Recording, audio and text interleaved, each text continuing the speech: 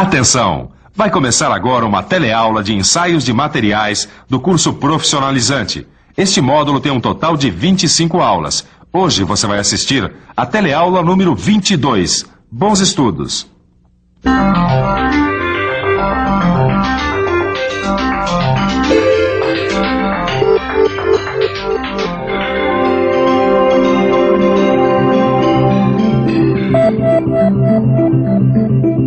Bom, Silva, agora eu tô super afiado nesse assunto de ultrassom. Que bom, Caio. Então assim nós vamos poder ver como é feito o ensaio para valer. Se você não está assim tão afiado quanto o Caio, não se preocupe. Tudo que você tem a fazer é procurar a aula anterior no seu livro de estudos, a aula sobre ultrassom. Eu garanto que vai ficar tudo claro. É isso aí. Agora vamos ver como é que é feito mais esse ensaio não destrutivo. Hoje você vai estudar o ensaio por ultrassom. Mais do que isso, vai ver como esse ensaio é realizado. Vai aprender os parâmetros necessários para um ensaio bem feito e vai conhecer melhor o equipamento usado. É isso aí, Caio. Hoje nós vamos ver como é feito um dos ensaios mais usados na indústria hoje em dia. E como você sabe, o ensaio por ultrassom pode ser usado praticamente em todo tipo de peça. E detecta as descontinuidades que estão na superfície da peça e também aquelas que estão em outros pontos da peça. Prepare-se que a nossa teleaula de hoje está começando.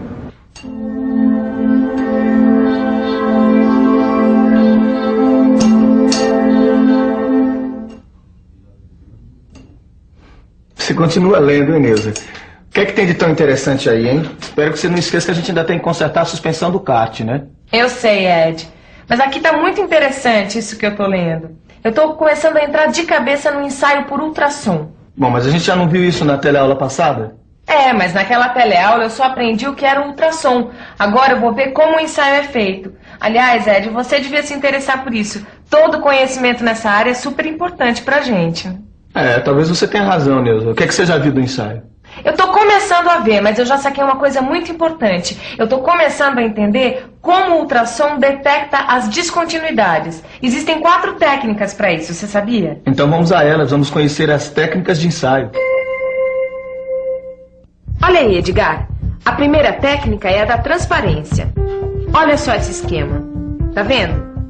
A peça a ser examinada tem um transdutor de cada lado. Um emite o ultrassom e o outro recebe. Se não houver descontinuidades, o receptor vai captar aproximadamente 100% de tudo que for emitido. Se houver descontinuidades, apenas uma parte do que foi emitido vai ser recebida do outro lado. Essa é uma técnica que é usada quando são necessários ensaios em grandes quantidades com processos automáticos. Isso porque é difícil manipular e deixar alinhadinhos os 2 transdutores. Assim, é mais vantajoso usar essa técnica em processos automatizados. Olha aí, o Eduardo está preparando o equipamento para fazer um ensaio usando a técnica do pulso eco. Nessa técnica, são usados transdutores do tipo monocristal.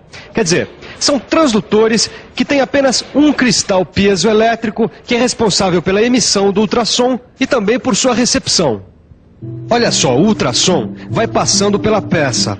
Quando encontra uma descontinuidade, ele é refletido e não alcança a parede de fundo da peça, sendo refletido de volta para o cristal do transdutor antes do tempo esperado. Para fazer esse ensaio, o transdutor trabalha com ondas ultrassônicas pulsantes, ou seja, ele emite ondas ultrassônicas em espaços regulares de tempo. A técnica do pulso eco é muito simples de ser executada, mas ela apresenta uma desvantagem. Olha, vamos aproveitar que o Clóvis está aqui e ele é especialista em ensaios com ultrassom e perguntar para ele que desvantagem essa técnica apresenta. A desvantagem dessa técnica é que ela possui uma zona morta relativamente grande. E com isso algumas descontinuidades que ficam próximas do transdutor podem não ser percebidas. Clóvis, explica para a gente o que é essa tal de zona morta. Eu vou te mostrar. Olha aqui. O transdutor emite ondas ultrassônicas pulsantes, certo? O que acontece se nós tivermos uma descontinuidade bem perto do transdutor? Acontece que o eco vai voltar muito rápido. Não vai dar tempo nem de terminar a emissão do ultrassom. Aí, o cristal não vai ler esse eco e a descontinuidade vai passar batida. Mas e aí, Edgar, como é que faz? Se a descontinuidade estiver muito próxima da superfície? Olha, Numa peça como essa, por exemplo, todos os pontos vão estar super próximos dos transdutores. E aí uma descontinuidade pode passar batida. Não, Neuza. No caso de uma peça de pequena espessura como essa, a gente usa uma outra técnica. A técnica de duplo cristal. Nesse tipo de transdutor, a gente tem dois cristais piezoelétricos. Um é responsável pela emissão do ultrassom. O outro é responsável pela recepção do ultrassom, que já atravessou a peça. Com dois cristais, a zona morta continua existindo, mas ela é bem menor. Tanto é que essa técnica é usada para medir espessura de peças finas como essa, e assim localizar descontinuidades subsuperficiais, ou seja, que estão mais próximas à superfície da peça. Para quem não estava interessado no assunto, você estudou muito, hein, Ed? Agora eu quero ver se você está afiado mesmo. Olha aqui. No caso de uma peça como essa. Sim, porque todos os transdutores que a gente viu, eles têm superfícies planas, certo? Então, como é que ele vai fazer o contato perfeito aqui, no cordão da solda? Essa superfície é irregular, e se o contato não for perfeito, o ensaio não pode ser confiável. Nesse caso, a gente pode usar transdutores angulares. Olha aí. O cristal fica em ângulo. Assim, o acoplamento pode ser feito ao lado do cordão de solda e emitir o ultrassom em ângulo na direção da solda. Em geral, cada transdutor tem um determinado ângulo de trabalho. Portanto, devemos escolher aquele que se adapta melhor à inspeção. E aí, Caio? Tô vendo que você está ansioso para ver o ensaio acontecendo. Mas antes nós vamos ter que conhecer mais de perto o equipamento de ensaio por ultrassom. Então, como é que funciona esse equipamento? É o seguinte, Caio. Olha essa chapa aqui. Ela tem 50 milímetros de espessura. Muito bem, você sabe que o som viaja a 5.920 metros por segundo no aço. Pois bem, imagine quanto tempo o som vai levar para percorrer esses 50 milímetros. É um tempo tão curto que não adianta nem a gente tentar medir com um cronômetro, só mesmo com um osciloscópio como esse. Pois então, o equipamento de ensaio por ultrassom é um tipo de osciloscópio para efetuar as medições do tempo e da intensidade do sinal elétrico de retorno. E é também um emissor de sinais elétricos para o transdutor gerar o ultrassom. Ah, entendi, Silva. Se essa chapa aqui estiver perfeita, sem descontinuidades, o ultrassom vai levar um tempo X para retornar. Se ela tiver alguma descontinuidade, esse tempo vai ser menor. Agora, o que eu não entendi é o que a intensidade do sinal elétrico de retorno nos mostra. Bom, Caio, a intensidade do sinal elétrico de retorno do ultrassom é importante porque é ela que vai mostrar se o ultrassom bateu em uma descontinuidade pequena ou grande. Vamos dar uma olhada aqui na tela. Na vertical vemos a intensidade do sinal elétrico de saída e de retorno, que podemos ajustar nesse botão. Na horizontal, através da medida do tempo entre a emissão e a recepção, temos a distância percorrida, que podemos ajustar nesse outro botão aqui. Repare nos valores. Estou reparando, Silva, e daí? E daí que a gente não lê os valores diretamente. Antes é necessário ajustar as escalas. Através de padrões, quer dizer, com dimensões conhecidas, a gente ajusta os picos aqui na tela, transformando esses números em valores conhecidos. E esses outros em porcentagem da tela. Por exemplo, aqui o eco de saída é 100% maior que a tela. E já aqui o eco de retorno é 100% da tela, formando as referências necessárias para a gente usar. Os padrões para os ensaios são determinados por normas e seguidos pela engenharia de fábrica. Mas como a gente faz para ajustar os equipamentos aos padrões determinados? Vamos imaginar que a engenharia determina que descontinuidades de até 1,5 milímetro de diâmetro, por exemplo, não são defeitos. E aí? Como a gente faz para ajustar o equipamento ao padrão? Primeiro, a gente precisa passar por uma etapa muito importante chamada calibração. Olha, vamos dar uma olhada no ensaio e ver como a calibração é feita.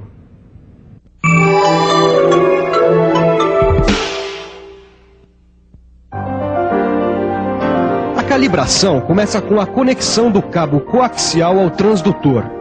Nesse caso, a gente está trabalhando com um transdutor normal, com a técnica de pulso-eco, lembra dela? O operador seleciona a função para transdutor monocristal por pulso-eco. Esse aparelho registra na tela os picos ultrassônicos de saída e de retorno. Como a gente conhece as dimensões do nosso padrão, Então sabemos quantos milímetros corresponde à distância entre os picos. Fácil, não é? Agora temos essa escala em milímetros. Olha aí a peça que a gente vai examinar. Ela tem as seguintes dimensões: 100 milímetros de comprimento, 80 de largura e 40 milímetros de espessura. Já que a peça tem essas dimensões, a gente pode selecionar a escala de 0 a 100 milímetros. A nossa tela tem 10 divisões. Portanto, cada divisão vai corresponder a 10 milímetros da escala, lembra? A gente selecionou a escala que vai de 0 a 100 milímetros. Como são 10 divisões na tela, cada uma corresponde a 10 milímetros. Agora, a gente vai precisar da ajuda de um bloco padrão. É um bloco feito do mesmo material da peça que a gente vai examinar. Esse bloco tem 25 milímetros de espessura. Como a nossa escala é de 100 milímetros e o bloco padrão tem 25 milímetros, isso quer dizer que a nossa tela vai mostrar 4 pulsos. Basta dividir 100 por 25. Aí estão eles. Pronto. O nosso equipamento já está ajustado para fazer ensaios em peças com até 100 milímetros de espessura. E aí, está pronto o equipamento para examinar a peça, Silva? Quase, Caio. Só falta ajustar a sensibilidade de resposta. Calma que isso não é nenhum bicho de 7 cabeças. Olha só, quanto mais longe do cabeçote estiver a descontinuidade, mais fraco vai ser o sinal de retorno do ultrassom. Vamos fazer uma experiência para entender isso melhor. Olha só, vamos dizer que o meu pé é o cristal piezoelétrico, que a bola é uma onda de ultrassom e que aquele tapume ali é uma descontinuidade no meio da peça. Agora dá uma olhada. E aí, deu para você perceber? Quando o ultrassom bate na descontinuidade, ele é refletido e volta na direção do cristal emissor. A mesma coisa que aconteceu com a bola, voltando para mim depois de bater no tapume. Agora, olha só uma outra coisa. O pessoal pode afastar.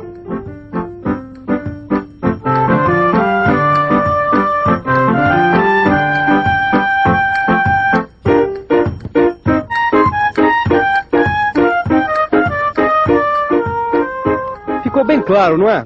Eu chutei a bola com a mesma força. Mas como o tapume está mais longe, a bola retornou para uma posição mais distante do que da outra vez, quando o tapume estava mais próximo. Isso porque existe mais ar e grama para segurar a bola. A mesma coisa acontece no ensaio. Quanto mais distante do transdutor estiver a descontinuidade, mais fraco vai ser o sinal de retorno do ultrassom, porque ele sofreu mais desvios e foi mais absorvido pelo material. É por isso que foram criadas curvas de atenuação como essa.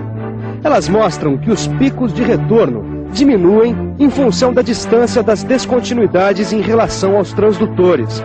Com essa informação, a gente pode ajustar a sensibilidade da máquina. E para saber qual é a sensibilidade necessária para a máquina, a gente usa um bloco de calibração. É isso aí. Fazendo o teste com o bloco de calibração, a gente pode determinar como o sinal do ultrassom decresce ao longo da peça, traçando assim a curva de atenuação para a descontinuidade estabelecida. Isso para detectar as descontinuidades próximas à face inferior da peça também. De qualquer maneira, o ensaio deve ser feito com uma varredura em pelo menos 2 superfícies da peça. Mas, Silva, como é que nós vamos fazer um ensaio nessa peça? Tem um cordão de solda aqui no meio. Não vai atrapalhar o contato? É por isso que estou conectando o transdutor angular. Caio, nós vamos usá-lo aqui, ao lado do cordão de solda, desse jeito, e não sobre ele, viu? Mais informações sobre esse assunto no seu livro de estudos. E agora, vamos para uma boa revisão. E atenção, se liga aí que é hora da revisão. Na teleaula de hoje você viu como o ensaio com ultrassom é realizado. Você aprendeu que existem 4 técnicas que podem ser usadas, dependendo do tipo de peça e do tipo de descontinuidade a ser detectada. Você conheceu mais de perto o equipamento que é usado nesse tipo de ensaio e viu como ele deve ser ajustado à peça ensaiada. Bom, agora chega de ensaiar, né? Vamos à prática. E você já sabe, seja prático. Aprofunde seus conhecimentos no seu livro de estudo. Bons estudos e até a próxima.